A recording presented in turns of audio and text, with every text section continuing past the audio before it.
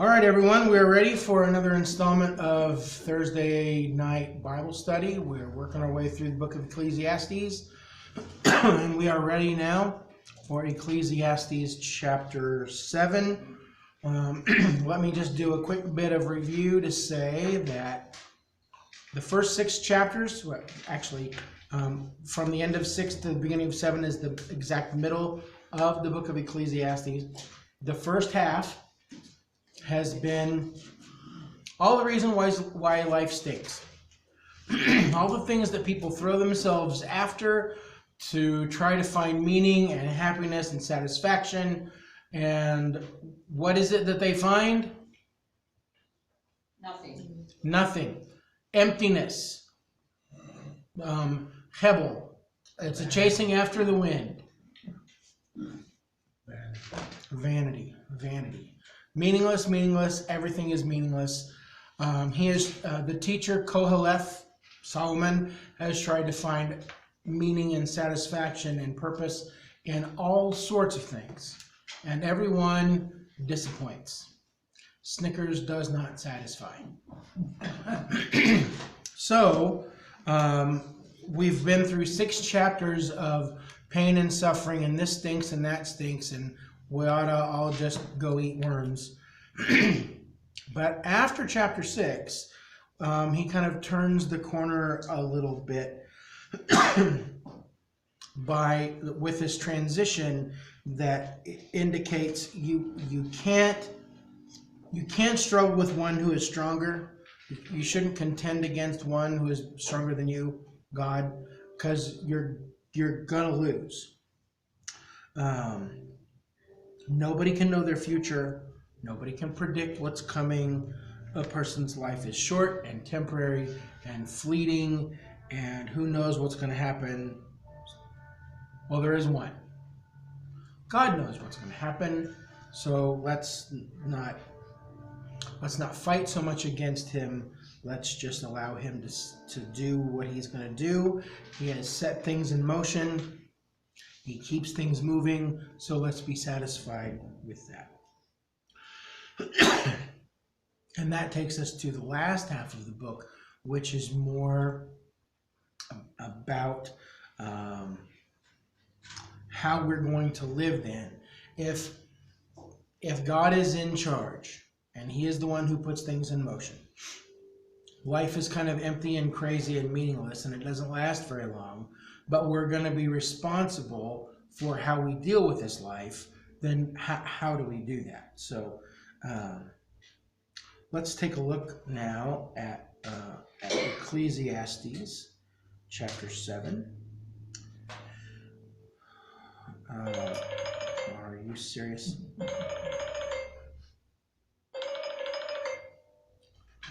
Hello? Did I hang up on you?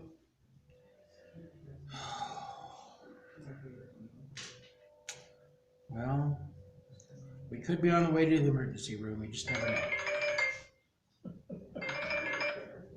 Hello? 3500 West, past Sistine's house.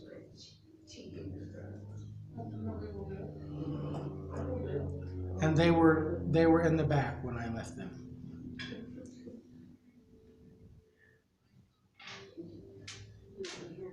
No.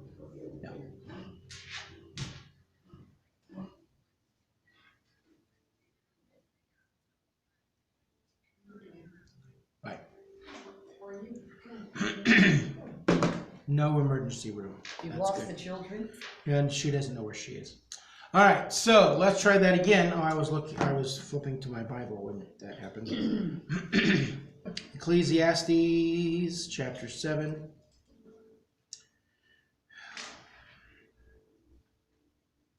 It's going to be one of them nights. A good name. A good name is better than fine perfume, and the day of death is better than the day of birth. Really? Fine perfume? A good name is better than Chanel No. 5? Or if you're a boy, Dracar Noir, Old Spice. Yep, sure, Polo. A good name is better than smelling nice. Is that what he's trying to get across here? Yeah. It's probably true. I'd rather have a good reputation than smell good.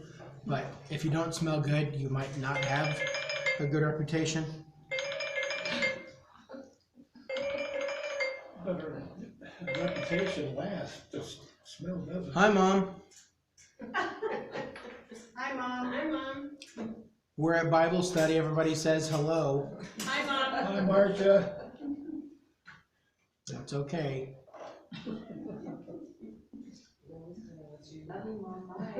I will. Okay.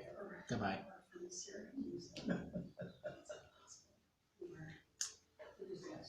All we need is Joan and Cora, and then all the women have called. Okay. Let's try this again. A good name is better than fine perfume. What does it take if you're going to buy really nice, expensive perfume? What do you need to have? Lots of money. Money. Because really nice perfume, like the kind of things that they would have had as nice perfume, would have been an absolute luxury. You remember that story in the New Testament? The woman who brought the alabaster jar of the perfume and she broke it and put it on Jesus's feet. It was a whole year's wages. Okay, Wow. that's, I cannot imagine,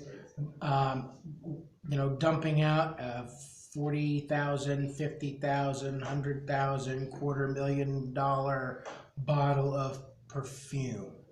It's a luxury. Okay, what he's saying is that it is better to have a good name, a good reputation, than to have a lot of wealth. The day of death is better than the day of birth. He said these kind of things before. We looked at it a couple weeks ago, going back to Job, who was big into pain and suffering. That's better never to have been born. It'd been better if I died in the womb. Kind of graphic and sad. We can look at a couple other passages here. How about Jeremiah? Jeremiah chapter 20. So from where you are in Ecclesiastes, you would want to go to the right. Yes, to the right. Or down as you scroll. Jeremiah 20, verse 14.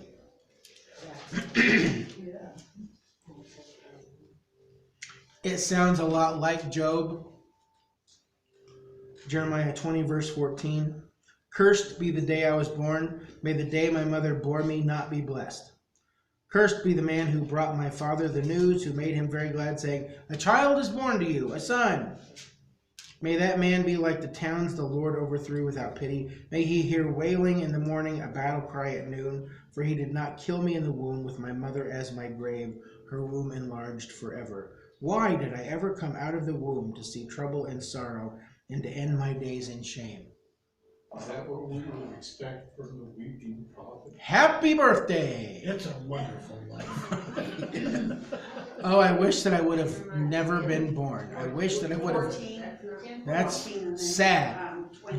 Jeremiah chapter 20, verses 14 to 18. Okay? So this idea that the teacher is sharing in Ecclesiastes about being dead is better than being alive, he's not alone in the Old Testament. There are a lot of people who would say, you know, you're a young man. You're a brand new kid. Guess what? You have years and years of pain and suffering, toil and trouble to look forward to. Yay! But to the old guy, to the little old ladies, oh, you must look back on life and see that it's been rich and full, and it's almost over. Your time of pain and suffering in the world is coming to an end. Right, Susan? Yes, any day now. Any day now. And even Paul says that it would be better for him if he could go. Sure. Jesus. Sure. that really is kind of a theme that we've looked at a couple of times. I'm sure we'll see it again in Solomon's collection here, that if you're new, if you're a young man, if you're a baby, that you have just begun the fight. You've just begun the struggle. It is much better to be at the end of life when all of the pain and suffering and the meaningless toil of life is just almost over. Okay? Young man down here taking all this in going, what is he talking about? He's pretty smart. It only gets better from here, Samuel. Sam, Seriously. The day of death is better than the day of birth. Another thing that he could be talking about here, especially when we go back to the first part of the verse about your good name, when is it that you get your reputation? When people say, oh, he was a good guy, she was a good girl. At your funeral? Yeah, your funeral is when you are lifted up and exalted, like, oh my gosh, what a shining example of faithfulness and generosity he or she was. It's one of those speakers alive, right? You hope that when you give your kid a name at the beginning of life, that it's going to be sort of predictive and shaping. There was a kid in college with me who had like the best name ever for a follower of Jesus. His name was Christian Walker. Like, Oh, wow. I hope, Wow. you just hope with a name like that this kid is on the right path to righteousness for all of his life. And we hope that that's the case. But often people like that swing the other direction. We all know people who have really glorious, noble, important names that are really living not very glorious or noble lives. Okay? But at the end of life, that's when your reputation is set. That's when everybody stands up at open mic at your funeral and says, oh man, she was such a good woman. She helped everybody. She was a saint. What a picture of godliness and generosity. Oh, he was such a wonderful helper. There was nobody he ever told no to. He was always involved, and that's what we all hope for. That, everybody says, well, I don't want my funeral to be sad. I want everybody to laugh and have a good time. Not me. I want weeping and wailing and gnashing of teeth because I'm gone. He's been how are we possibly going to continue? That's free. I'm not charging you for that tonight. You get your good name at death, not at birth. All right, let's go on to verse 2. It is better to go to a house of mourning than to go to a house of feasting. For death is the destiny of everyone. The living should take this to heart. Frustration is better than laughter, because a sad face is good for the heart. The heart of the wise is in the house of mourning, but the heart of fools is in the house of pleasure. I just would like to point out to anybody who has ever told me, why don't you smile, James? Right there. Happiest man I know. That's right. It's because of that half smile you have on YouTube. That's why you don't probably smile. The one that's... But why is frustration better than laughter? And a sad face is good for the heart. I don't understand that. Well, let's try to figure that out. Okay? So funerals are better than parties. Mourning is good. Why? How can he possibly say that? Okay, here's what I'm going with. Me and some other Bible scholars. It seems like that those moments in difficult times, in hard times, are better for us because they remind us of our own mortality. Every time you go to the funeral home and you see somebody there who's your age, or maybe even a little younger, what are you thinking about? Boy, I guess I probably ought to reprioritize here. I mean, they went out in a horrible way. I don't want to waste my life doing this or doing that. It is a chance for us to kind of look back and go, yeah, I'm chasing after the wind. This guy died with $1 billion in the bank. No family, no friends are here. Maybe that's not the most important thing. I think what he's trying to say here is that in difficult times, in dark or painful or troublesome times, that we can learn better lessons. He's talking about wisdom and foolishness. Okay? We learn a lot more about ourselves, probably, at the funeral home or the mortuary than we do at a birthday party at Classic Fun Center. It's nothing but small talk at birthday parties anyway. You don't really think too much about the meaning of life when you're at a birthday party. Now, there may be exceptions where you would. He says that sorrow is better than laughter. A sad face is good for the heart. How is that true? Well, maybe again, it's because it sort of turns us around again to look back at what really matters. And the thing that really should matter to us is living a God-pleasing life. Now, when he talks about sorrow is better, sorrow can also mean things that bring you irritation or frustration. It doesn't just have to mean intense sadness. The Hebrew language is really crazy.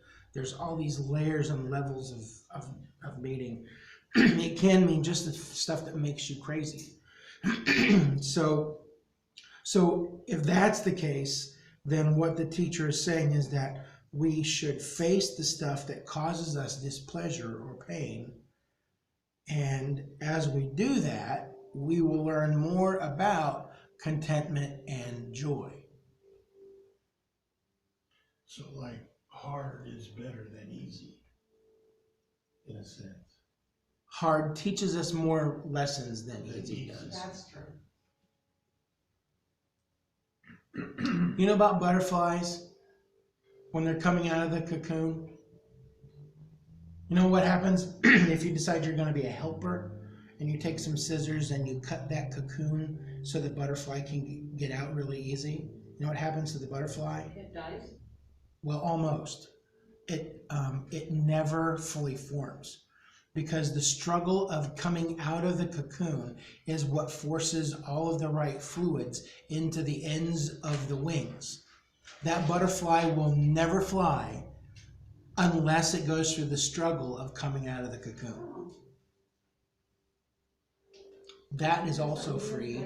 I'm not charging you for that. Okay? So if we're going to make some kind of application, it would be that difficult, hard, frustrating times that we have to go through them in order to emerge more fit, more beautiful, stronger, more capable of what God has designed us for. Or where? And as much as we love as And the better, older the people, better reputation, Yeah. the better name. younger people avoid problems. Oh, we've already learned many times in this book so far, children don't listen to people who don't have any wisdom. Right, but I'm just saying, it's better to let them go through the struggle just like we did. Probably. Life is hard enough. There are some dumb moves that they do not need to make on their own, but sometimes you can't help. Right. Difficult times make us who we are. I read some, it was on Facebook, and it wasn't any particular meme or anything, but it had to do with your child is in trouble and you're unable to help. That's frustrating, I get that. But what's more frustrating is being able to help and choosing not to, because you know that that's gonna benefit the child. Yeah, there were a lot of times in my youth ministry when I would watch parents, and if you're watching, sorry, I would watch parents who would rescue their kid from every stupid, illegal, scandalous thing that he did. And guess what? He is still a disaster. He never learned a thing. If See it they every day. if they let him twist at the end of his own rope for a little bit, he might have learned something. Right. Absolutely. Verse 4 says, the heart of the wise is in the house of mourning, but the heart of fools is in the house of pleasure.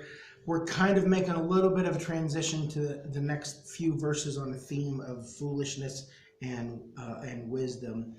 He says that fools spend their days living it up. They're partying, they're feasting, they're enjoying life. They're eating Doritos and drinking Mountain Dew in their gaming chair, playing Fortnite for 82 hours a weekend. They're just having the best time of their lives. But that's crazy. You can't do that. That's just wrong. They think they're having a really great time. But and the funny thing is that so far in 6 chapters, we've heard the teacher say that there is very little better in life than to enjoy your food and drink and to enjoy life. We've just read that in chapter 6.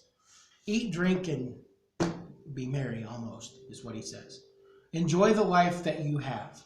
It is meaningless and is frustrating, but you've got a life, so enjoy it. But the thing is that we're supposed to be responsible as we go through this crazy, meaningless, empty life, because we're going to be held responsible for it by God at the end. So life is a serious thing. It requires more than just partying and good times. Let's go on to verse 5 on down to verse 7. It is better to heed the rebuke of a wise person than to listen to the song of fools. Like the crackling of thorns under the pot, so is the laughter of fools. This too is meaningless. Extortion turns a wise person into a fool, and a bribe corrupts the heart. Okay, so we're contrasting the wise man and fools. One is singular, one smart guy, and a whole ship of fools as the comparison. When we talk about fool in the Old Testament, we don't just mean, I always think about Bugs Bunny in a jester's costume. Yuck, yuck, yuck, yuck. No, bouncing around in a cartoon, telling jokes, being ridiculous. That's not the kind of fool that Old Testament wisdom literature talks about. It is somebody who's not just ignorant, but they are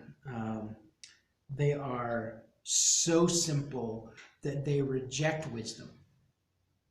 It has a moral connotation to it as well. They are incapable or unwilling to choose that which is morally good. They're arrogant. They believe that they have everything that they need, and so they reject wise advice and good counsel. So wise man, whole bunch of people who are going on fat, dumb, and happy with life, who don't want anything better. For the fool, for all of them, they're singing, they're in a house of pleasure, and he says that their life is like the snapping and popping of thorns in the fire. Now, I can't remember if I've ever intentionally burned thorns, but apparently they burn really easily. They make a lot of noise, but there's nothing substantial that comes from them. There's not a lot of heat. There's not a lot of light.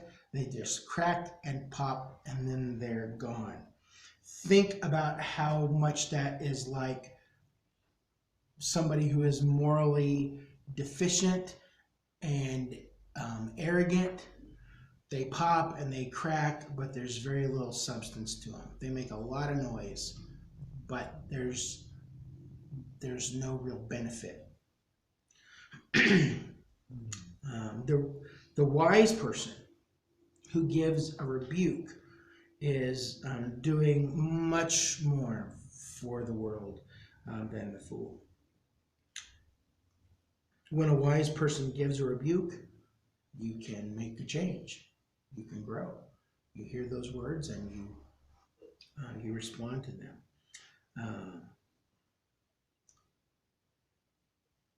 the laughter of fools, the song of fools.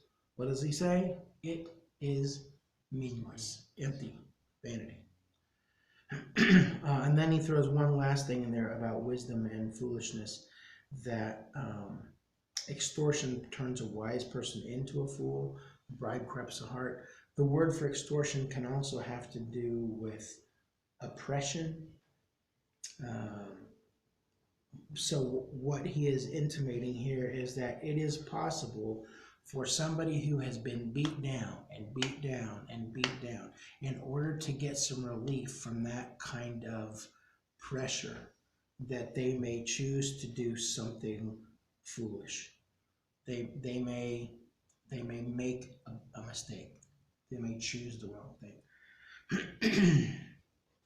Deep thoughts or questions? All right. Verse 8. The end of a matter is better than its beginning. I'm just going to stop right there and say that is my philosophy when I go into the pantry. There is nothing I love better than finishing a box of cereal. Taking the last thing out of the box and putting the box in the recycling and moving on to something else, I get great satisfaction out of that. I don't know what that says about me.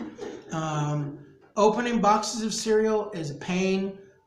The kids have probably mangled the top of it already anyway, but finishing it up and sending it on its way, I love that. In completion of something, we can find satisfaction. We get a job done. We put the last on the wall with the roller, and we step back and go, it's done. Look at that. It's amazing. I used to help a friend build fence, and I loved that job because when you started, there was nothing. And when you were done, my gosh, there's a fence and it's full of cows, which is very different than my regular job, which is you do the same thing over and over and over again, and you wonder, is anybody actually listening? Is this getting through to anybody at all? Am I having an impact? Not with painting a wall or building fence. There's beginning, middle, and end. Over. At the beginning of a project, you don't know how it's going to turn out. You decide you're going to remodel your bathroom, you have no idea what you're going to find when you pull up the floor. Or if you have a flood, you understand. You decide you're going to put in a flower bed in the backyard, you start digging like, well, what in the world is this underneath? There's a whole concrete pad underneath there. What am I going to do with that? There are all sorts of things that we can find at the beginning of a project. We don't know how it's going to occur, but by the end, everything is open, everything is visible, everything is obvious, and hopefully everything is done. Kind of like with life, it's better to be, according to the teacher, at the end of life than it is to be at the beginning of life. Because all the surprises and all the scary stuff and all the pain and suffering is at this end, not at that end. It's better to be the closer than to be the opener. The rest of that verse says, and patience is better than pride. Do not be quickly provoked in your spirit, for anger resides in the lap of fools. Do not say, why were the old days better than these? For it is not wise to ask such questions. Okay? Patience or pride? What does he say you should pick? Patience is better. He gives all of those kind of things. This is better than that. Left is better than right. Up is better than down. There's all these comparisons. Patience is better than pride. Refusing to rush to judgment and anger is a very good thing, because only foolish people get angry. The warning that he gives is to not let anger grow within. Don't let it get the upper hand.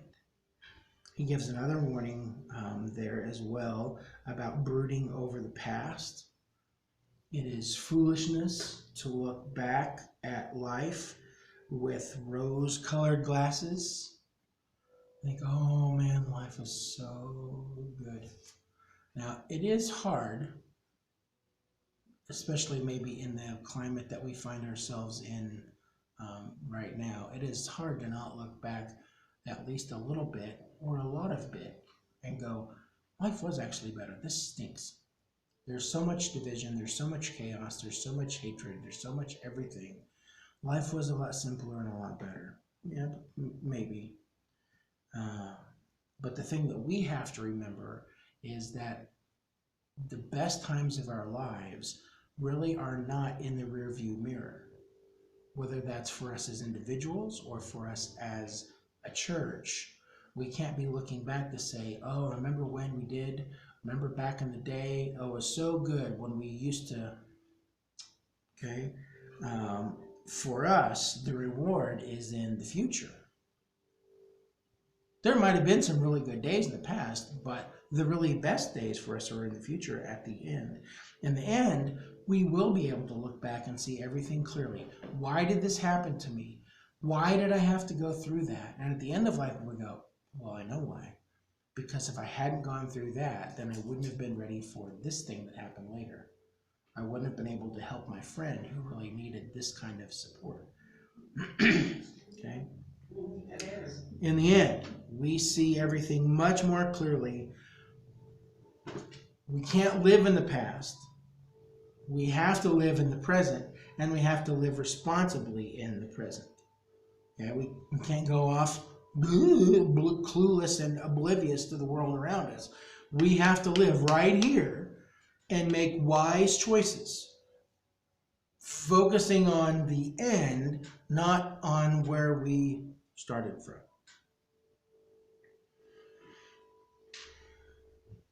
Verse 11. Wisdom, like an inheritance, is a good thing and benefits those who see the sun. Wisdom is a shelter, as money is a shelter. But the advantage of knowledge is this: wisdom preserves those who have it. Okay, so what's he comparing here? Wisdom and money.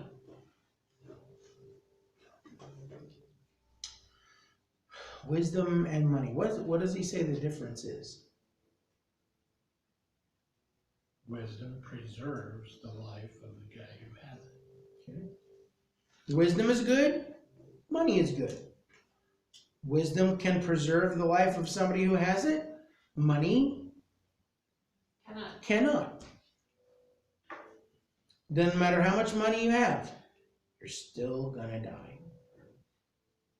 You may be able to prolong it. I remember when I was a kid, there was this legend that Walt Disney had his head frozen, waiting for the cure for his cancer to be discovered so he could be reanimated. Did you ever hear that? About Michael Jackson. Okay, but it's probably been true about more than one celebrity, but that story is, by the way, not true. All of Walt Disney's body is where it's supposed to be, not in a freezer somewhere. A lot of money, a lot of influence. Bill Gates, Steve Jobs, Mark Zuckerberg, Jeff Bezos, they got more money than, I almost said more money than God. They probably think they do. But that is not going to prevent them from getting cancer, from having divorces, from going through pain and suffering, and ultimately from death. It hasn't bought wisdom either in all of it. Making foolish choices. Yeah, I mean, the more money they have, the dumber they get. It seems like. The bigger they are, the harder they fall. I feel like in my old age I have more wisdom than money. A lot more. Well, I've always had more wisdom than money. I would like to believe that I will continue to have both kinds of sense, but I realize that one is probably diminishing faster than the other. So, wisdom is a good thing. And Proverbs, in a couple of places, the essence of the verse is above everything else, get wisdom. You really need to get wisdom. And he says that the fear of the Lord is the beginning of wisdom. That's the smartest, best move you can make, is to understand who God is and to live not in terror of him, but to live in reverent awe and submission to who he is. Isn't that what Solomon asked God for? Yeah, the teacher asked for wisdom. And that was a good move. That was a wise move already. He clearly already had some wisdom, and God said, I'm going to give you even more. And then he got 1,000 wives. Clearly, he traded it for something else. All right, here. Let's see. Wisdom shields and protects. It is better than wealth. It preserves those around you.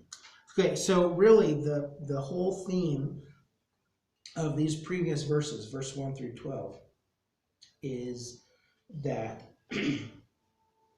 that those who are wise will live their lives in light of the end of life. A fool looks back and lives his life based on decisions made in the past. That's all that they can think about, is how they used to be, what they used to be able to do, their former days of glory.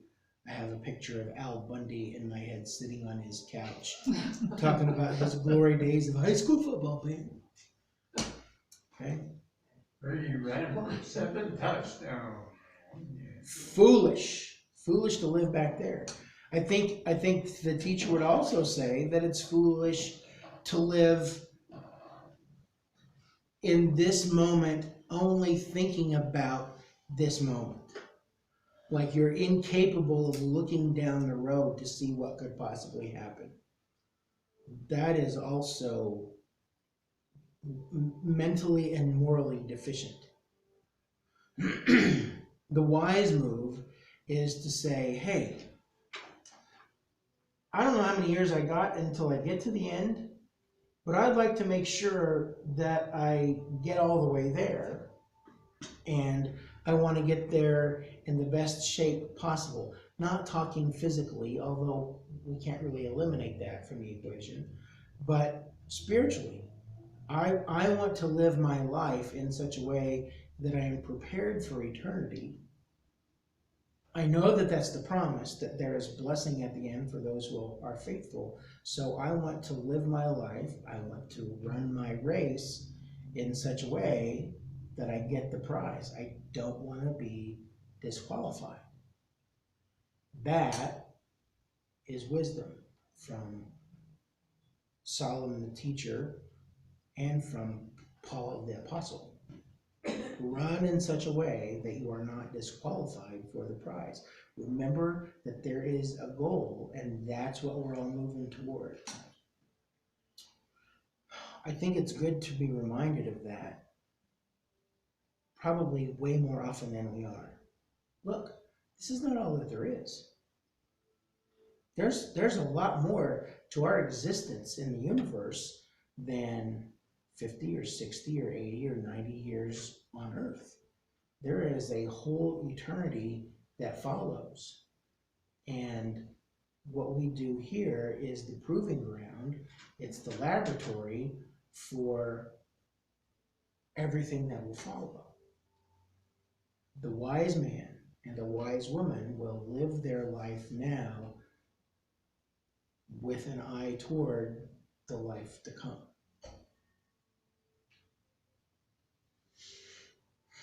What do you think? Shirley is nodding her I head. think, yes, that's right. Shirley's, Correct. Shirley says that's right. Keep your eye on the prize.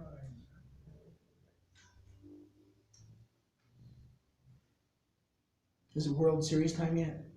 2 games already been played. 2 games have been played. What if the guys, and who is playing, Cody? I don't even know. Atlanta and Houston. Atlanta and Houston. Okay, so Atlanta decides, they're 2 games in, and they just forget that they need to win 4 games, and so they just start goofing off and party in whichever town they're in for the game. Is that wise? Is that foolish? It's ridiculous, and they'll lose their jobs because all they did was goof around, eating and drinking and partying. But what fun they were having. I'm sure. Which they'll be able to look back on that with fun. I remember back when we played. Remember that World Series we lost? We sure had fun. Man, we had a lot of fun. Because we're in- That bus was amazing. Of course, we didn't get picked up for next year, but we sure did have a good time. We're not playing for the Braves again next year. We gotta look toward the future. There's something far better, far more important, far more lasting than the stuff we're going through now. Okay, so I'm gonna draw a big fat line here at verse 13. Well, unless there's only, well, there's not that much left. How much time? 10 minutes? 10 minutes for one page? Yeah, we can do it. Verse 13, let's press. Consider what God has done. Who can straighten what he has made crooked? When times are good, be happy. But when times are bad, consider this. God has made the one as well as the other. Therefore, no one can discover anything about their future. Okay, so verse 13 goes back to something we talked about in the last chapter. Chapter 6, verses 10 through 12. We're looking at what God has done. We can't change anything. God is God. We are not. He has made good. He has made bad. There are easy things. There are hard things. And he is the one, we go all the way back to chapter 3, he's the one who makes those seasonal things happen. He brings those cycles into play. He sets things in motion. He keeps it all rolling. So what are we going to do? You can't fight against it. Say, God, you're making a horrible mistake here. You need to change your ways. We need to accept the highs and we need to accept the lows. We must understand that there is an ebb and flow to life. So when life is really good, what's he said? Enjoy it. Have fun. Where there's pleasure, enjoy the pleasure. Rejoice in the one and learn from the other. There you go. Celebrate victories and endure adversity and hardship. Try to learn something. Okay, and what I wrote at the end of this section is be faithful anyway. That really is the deal. Whatever it is that you're going through in life, well, why is God doing this to me? Okay, well, I'm not sure God is the one doing it to you in the first place, but maybe he is. And if he's the one who has brought this to you, You can't change it, and there's a reason. you better be faithful. And fight against it as you may. You can rage against the machine. You can, shake your tiny fist at God and tell him all the reasons why he's wrong. But you're still going to have to go through this thing until it's over. Because we don't get a do-over. Having that faith, at least for me, makes that easier to get through. Absolutely. I mean, I'm still gonna go through it, That's why James says, count it all joy. but takes the edge off. It's like taking an aspirin, takes the edge off the pain. The pain is still there, but it's not. Overwhelmed. Yeah. Hard. I do think that it's possible that James was on something when he said that. Count it all joy. Like, okay, I'm not sure I can get all the way to joy, but I will gut it out with Jesus at my side.